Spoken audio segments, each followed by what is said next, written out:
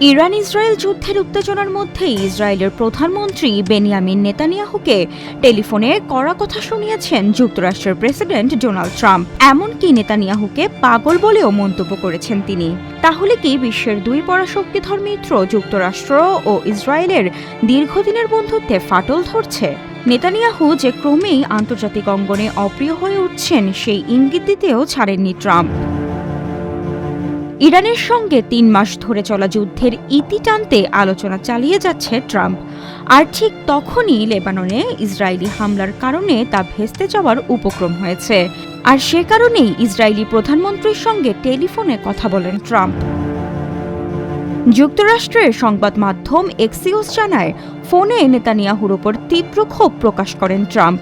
দুই নেতার ফোনালাপের বিষয়ে জানেন এমন দুজন মার্কিন কর্মকর্তা এক্সিওসকে জানায়, কথা বলার সময় নেতানিয়াহুকে সরাসরি পাগল বলেন ট্রাম্প। ইসরায়েলি প্রধানমন্ত্রীকে অকৃতজ্ঞ বলেন তিনি। ওই মার্কিন কর্মকর্তাদের বরাতে এক্সিওস আরও জানিয়েছে, কথোপকথনে বেশ নরম সুরে নেতানিয়াহুকে কড়া কথা শুনিয়ে দেন ট্রাম্প। মার্কিন প্রেসিডেন্ট ইসরায়েলি প্রধানমন্ত্রীকে বলেন, এখন সবাই আপনাকে ঘৃণা করে, এ কারণে সবাই ইসরায়েলকেও ঘৃণা করে। এক্সিওসের প্রতিবেদনে বলা হয়, কথোপকথনের এক পর্যায়ে বেশ ক্ষুব্ধ হয়ে ওঠেন ট্রাম্প। তিনি নেতানিয়াহুর ওপর রীতিমতো চিৎকার করে ওঠেন। যদিও এই বিষয়ে হোয়াইট হাউস আনুষ্ঠানিকভাবে কোনো প্রতিক্রিয়া জানায়নি।